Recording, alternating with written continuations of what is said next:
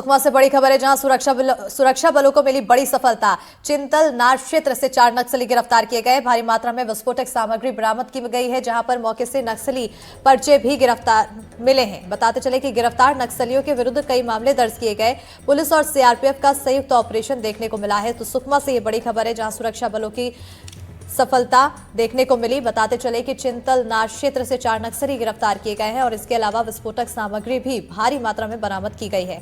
मौके से नक्सली पर्चे भी मिले हैं। उधर गिरफ्तार नक्सलियों के विरुद्ध कई मामले दर्ज हैं। पुलिस और सीआरपीएफ का संयुक्त ऑपरेशन देखने को मिला है। इस वक्त की बड़ी और अहम जानकारी से आप सभी को रूबरू करा रहे हैं। आपको बताते चले कि नक्सलियों के खिलाफ लगातार सुरक्षा बलों की तरफ से कार्रवाई एक के बाद एक देखने को मिल रही है और यहां पर सफलता हासिल हुई है। इससे पहले भी सुरक्षा बलों को 24 घंटे के अंदर ये दूसरी सफलता देखने को मिली है, जहां पर चिंतल नार क्षेत्र से 4 नक्सली गिरफ्तार किए गए हैं। भारी मात्रा में विस्फोटक सामग्री बरामद की गई है और मौके से नक्सली पर्चे भी मिले हैं। इसके अलावा गिरफ्तार नक्सलियों के विरुद्ध कई मामले भी दर्ज किए गए हैं। पुलिस और सीआरपीएफ का ये संयुक्त ऑपरेशन देखने को मिला है। इस वक्त की बड़ी और अहम जानकारी सुकमा से आपको दे रहे हैं।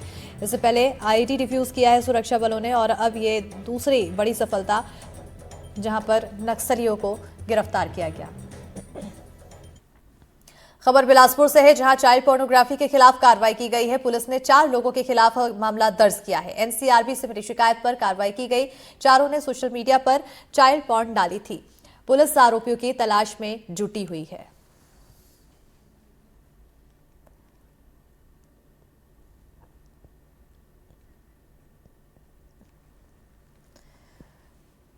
तो आरोपियों की तलाश तो जारी है, लेकिन बिलासपुर पोर्नोग्राफी के मामले में पुलिस ने ये जो कार्रवाई की है, इसके पीछे का कारण बिलासपुर में हुई 5 साल की बच्ची की हत्या का है। वो केस है जिसमें आरोपी 14 साल का नाबालिग पोर्न देखने का एडिक्ट था। देखिए एनडीटीवी की एक खास रिपोर्ट।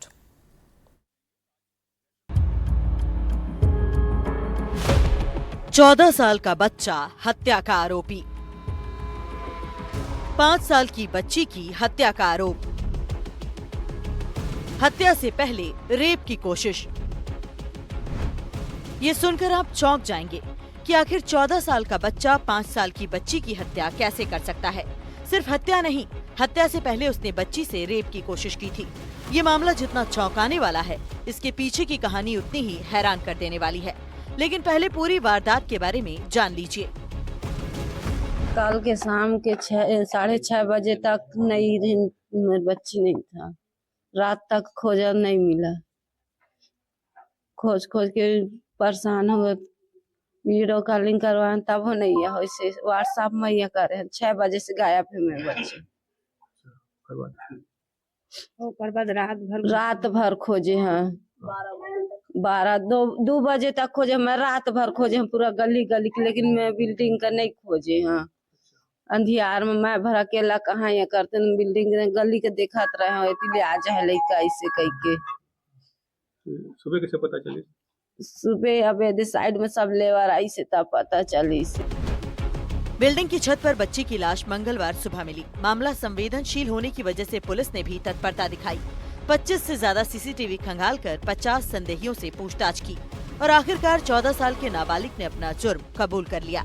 आरोपी ने पहले बच्ची से रेप की कोशिश की। नाकाम होने पर पीट कर बच्ची की हत्या कर दी। पुलिस जांच में खुलासा हुआ कि बच्चा माँ बाप के फोन में पोर्न देखने का आदी था और इसी सनक ने उसे छोटी सी उम्र में हैवानियत के रास्ते पर ढकेल दिया।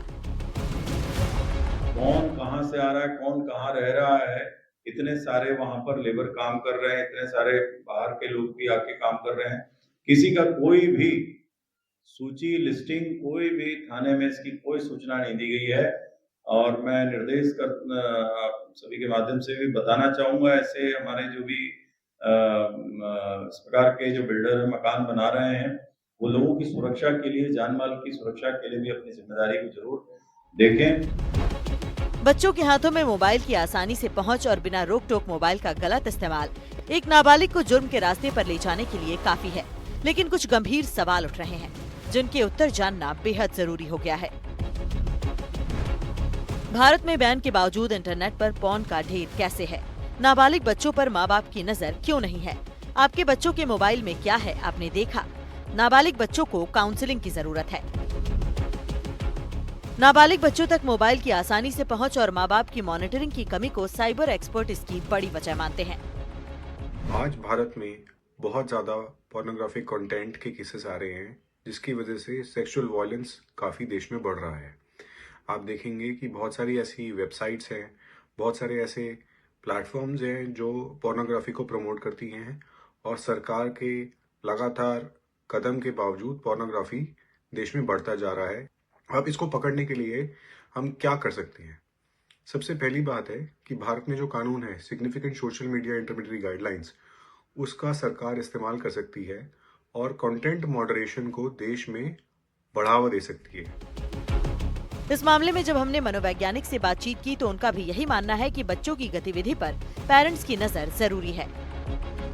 आजकल कई बार ऐसी खबरें सामने आती हैं कि नाबालिग बच्चों ने, किशोरों ने कुछ गलत कदम उठाया, कोई क्राइम किया, जिसमें कि ये कहा जा सकता है कि कहीं ना कहीं उनके हाथों में जो ये इंटरनेट, फ़ोन और लैपटॉप की तलवार है, ये कुछ ना कुछ रोल प्ले करती है।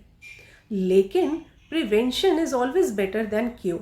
कहने का मतलब ये है कि हमें दुर्घटना होने तक इंतज़ार करने की बजाय पहले ही ऐसे कुछ सटीक कदम उठाने चाहिए जिससे कि ऐसी घटनाओं और दुर्घटनाओं को रोका जा सके। इसमें एक बहुत महत्वपूर्ण चीज़ है काउंसलिंग।